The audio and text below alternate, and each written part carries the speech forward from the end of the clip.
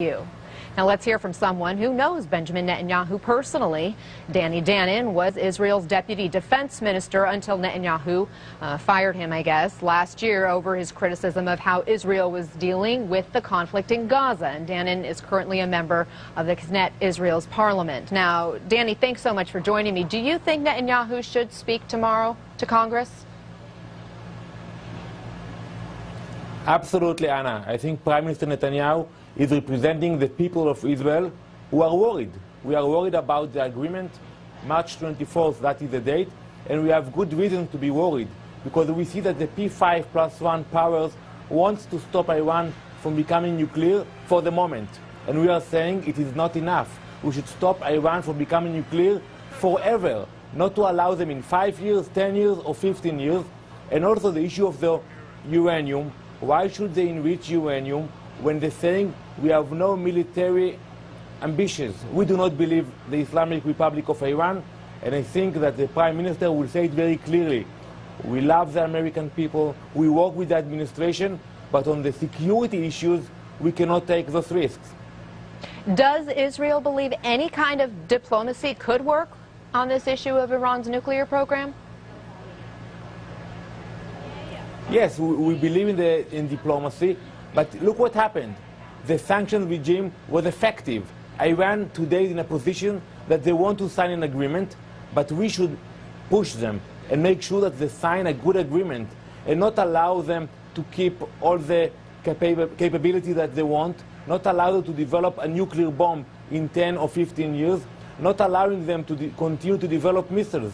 Why they need missiles if they don't have any military ambitions? So I think, yes, we should continue with diplomacy, but not to give in the money time. This is the money time, and we expect our friends to stand strong on these issues. The nuclear negotiations is one thing, but now we're also learning Iran may be assisting Iraq in its fight against ISIS. In fact, just today, we got images from Iran media showing one of their generals visiting Iraq, and it could be, in the case of ISIS, Israel and Iran are on the same side. What do you make of that? That could be, but when I look at the region here in the Middle East, I see that the Iranians supporting terrorism all over. They're endorsing terrorism in Lebanon, in Syria. So maybe today they are fighting ISIS, but in the long run, they will use their technology, their capabilities against Israel, against the US. That's what they have been doing for the last 25 years, and they will continue to do it.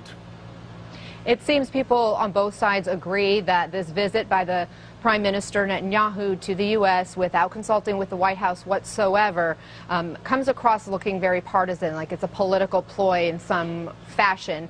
What do you think needs to happen for the relationship between Israel and the U.S. to be repaired? First of all, our relationships are very strong, and we will overcome these obstacles. We need to look at the issue, not at the relationship. We have seen in the past, in 1981, when Prime Minister Menachem Begin decided to attack the nuclear reactor in Iraq. Israel was condemned by the UN, by the US. It took a few years to acknowledge it was the right decision. I think also in a few weeks or months, when we look at the speech of Prime Minister Netanyahu, we will be able to say it was the right speech at the right time, because we cannot come after March 24th and say that we don't like this agreement. All right, Danon, thank you very much for your time. We appreciate it.